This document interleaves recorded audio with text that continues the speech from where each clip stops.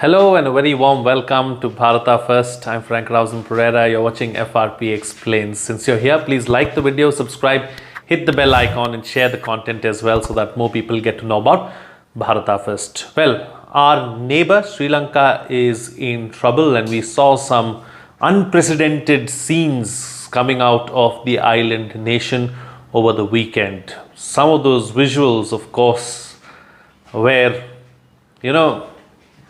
not seen before.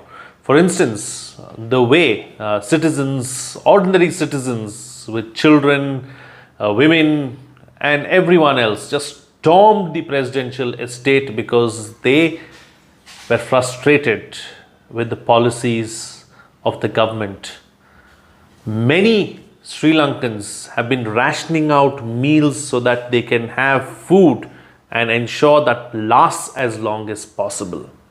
Sri Lanka is a tropical nation and food has not been an issue in the past, but it is going through one of its toughest economic crises, not one of, but the worst economic crisis where there's no money to buy fuel, to buy milk and to buy basic necessities. And this is what is really riled up the citizens in Sri Lanka.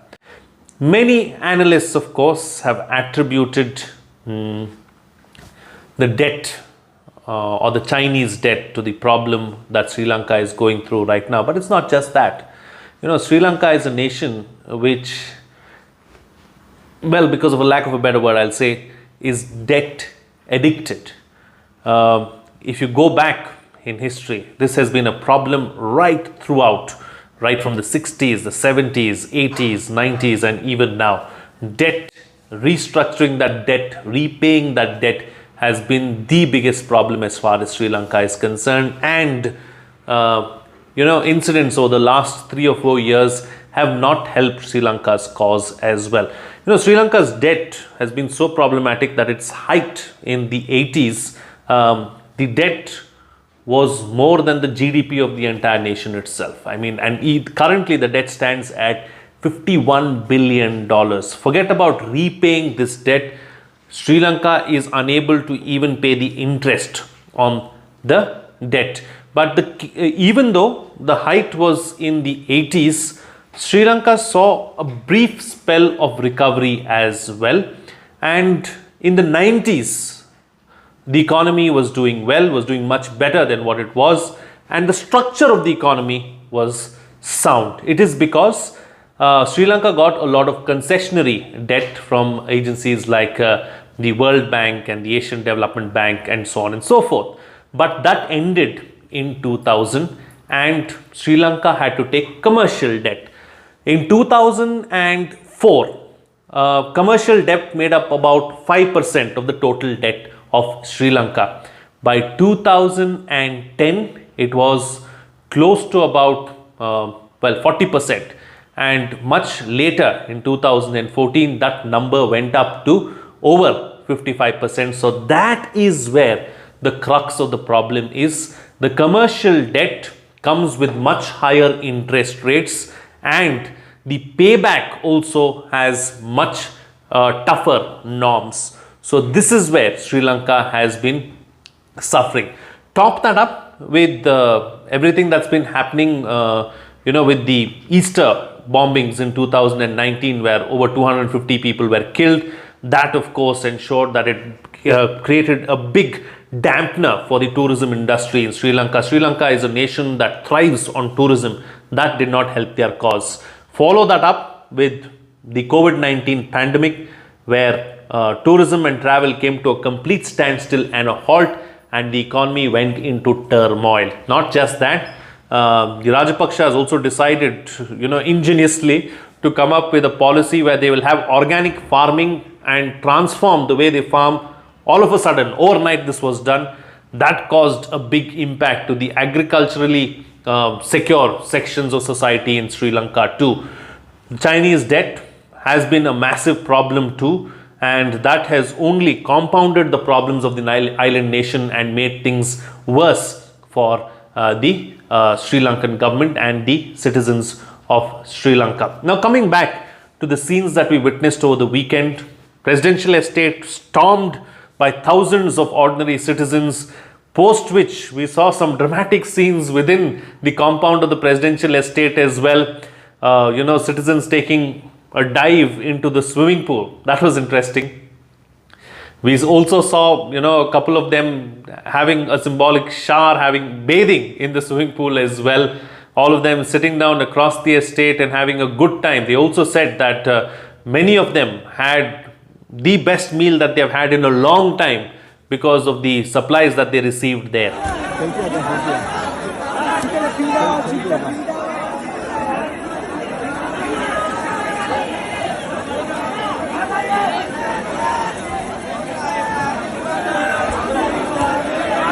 Not just that, the Prime Minister's residence also was stormed by the citizens of Sri Lanka, and it was set ablaze. A very unfortunate incident, should not have happened, but nonetheless it did. Let's hope that Sri Lanka bounces back from this. In the meantime, Gotabaya Rajapakse, the president of Sri Lanka, beat a hasty retreat and escaped and ran away from there. No one really knows where he is or what is his location, but there were visuals of him seen getting on a ship and moving away as well. Goda velana goda. Onne dana vektiga.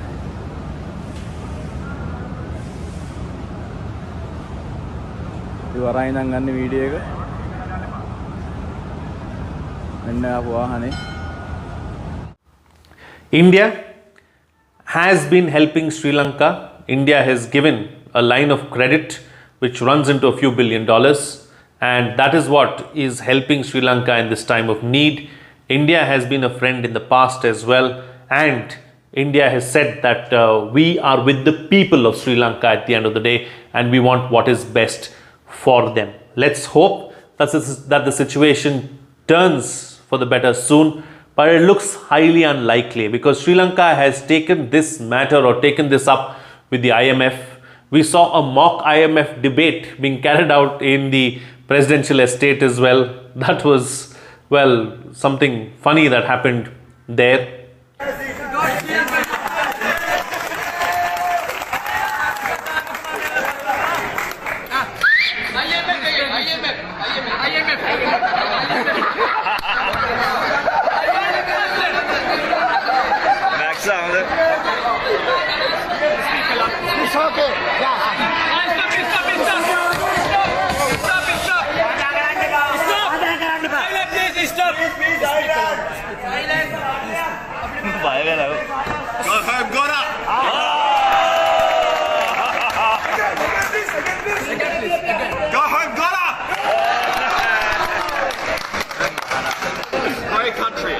Country. It's amazing.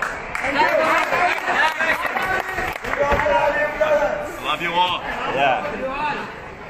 Thanks, bro.